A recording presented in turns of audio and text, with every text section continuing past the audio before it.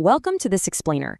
I am absolutely thrilled you're tuning in today because we are unpacking what is essentially a geopolitical high-wire act. Right now, U.S. Secretary of State Marco Rubio is on a highly publicized 4-day visit to India. But, this isn't just your standard diplomatic handshake and photo op. The stakes here are incredibly high, and not just for the U.S. and India, but for global trade, global energy prices, and international security as a whole. Beneath the surface, there's this really complex web of strained alliances, massive trade disputes, and even sudden military escalations that have fundamentally tested the relationship between U.S. President Donald Trump and Indian Prime Minister Narendra Modi. Today, we're going to map out exactly what went wrong and how Washington is scrambling to fix it. Okay, let's dive into this. We'll start with Rubio and repair mode, then we'll look at sweetening the deal, explore the trust deficit, unpack the Russian oil dispute, analyze the volatile Pakistan factor, and finish up with rebuilding the partnership. Let's get right into it. Starting off with Section 1, Rubio in repair mode, the Quad and beyond. To really understand the urgency of this visit, we have to look at what Rubio is actually doing. He's undertaking this massive multi-city tour through Kolkata, Agra, Jaipur, and New Delhi. And timing is everything here. He's doing this right ahead of a highly critical May 26th meeting of the Quad foreign ministers.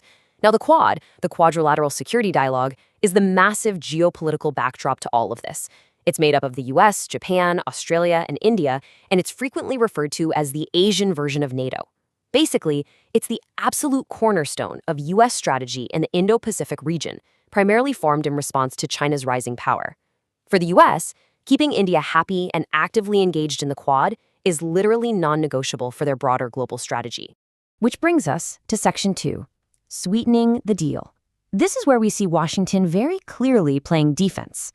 Now, what's really interesting about this is that right before Rubio's plane even landed, the U.S. offered two massive sudden policy concessions. First, the Department of Justice completely dropped criminal fraud and bribery charges against Indian billionaire Gautam Adani. That was a $265 million case, entirely dismissed, right after Adani pledged a $10 billion investment in the U.S. Simultaneously, over in the energy sector, U.S. Treasury Secretary Scott Bessent suddenly reversed course and granted a 30-day extension on a sanctions waiver. This basically allows India and a few other countries temporary access to Russian seaborne oil. Anyone watching closely can see these simultaneous moves for what they are: deliberate, strategic sweeteners aimed directly at repairing a fractured bilateral relationship. And that leads us to Section 3, the trust deficit, and a look at why this partnership is plateauing. Why are these massive sweeteners even needed in the first place? To grasp that, we really need to acknowledge the overarching tension that's been building up between the Trump administration and Modi's government.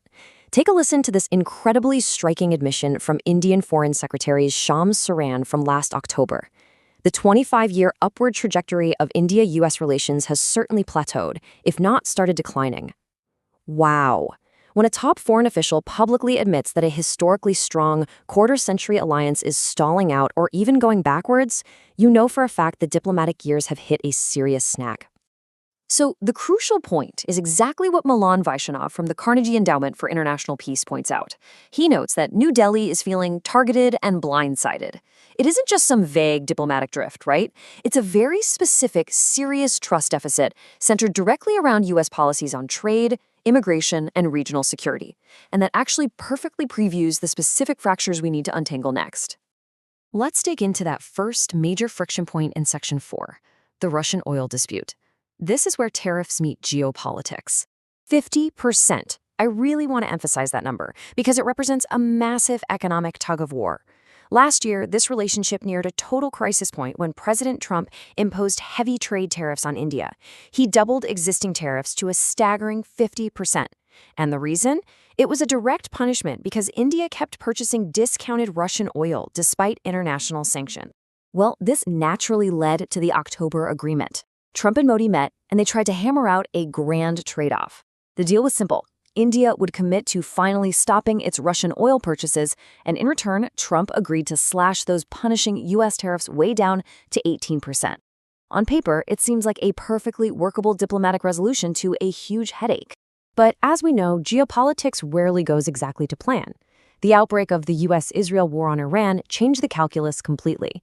The subsequent closure of the Strait of Hormuz, which is one of the most critical global oil checkpoints on the planet, caused a massive disruption in global energy transit. Because of that sudden crisis, India basically had its hands tied. To secure its own energy needs, it was literally forced to continue buying Russian oil, effectively blowing up the October tariff agreement. So now, the U.S. is stuck in a really difficult spot, trying to convince India to buy oil from America or Venezuela instead, while still managing the fallout of those heavy tariffs. Trade is complicated, for sure, but this next issue is deeply visceral. Section 5, the Pakistan factor, a regional security nightmare. Let's see how this builds, because this sequence of events was incredibly rapid and intense.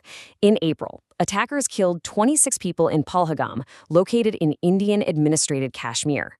In immediate response, India suspended the Indus Waters Treaty, which is a critical water-sharing lifeline with Pakistan.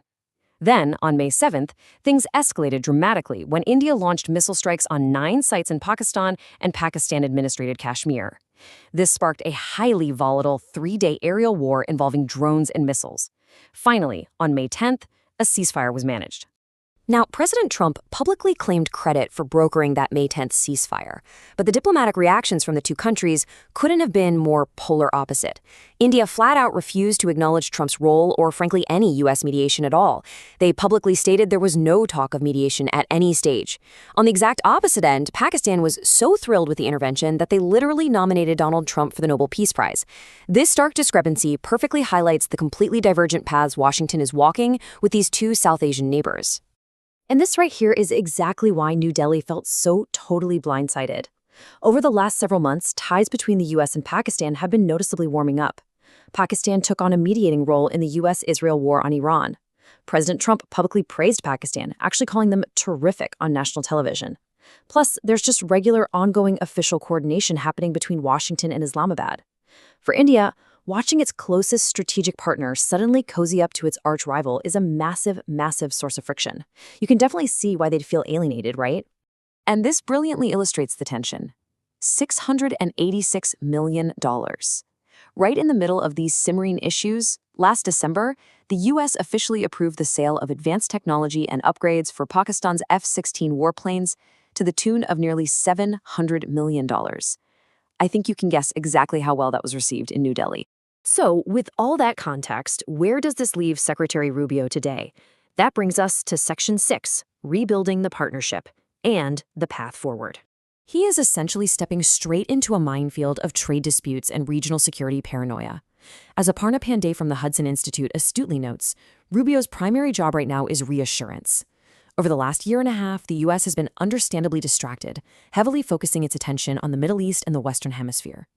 Rubio has to look his Indian counterparts in the eye and convince them that the Indo-Pacific, and specifically India's crucial role in countering China through the Quad, absolutely remains a top, unwavering priority for the U.S. administration, even despite the growing warmth with Pakistan and all the disputes over Russian oil. Which brings us to our final thought for this explainer. Just look at the sheer scale of what we've mapped out today. Massive 50% trade tariffs, billion-dollar energy pivots, suspended treaties, and literal aerial warfare. The U.S. is tossing out sweeping concessions right now to clear the air, but the trust deficit is real, and it is deep. So I leave you with this question to chew on.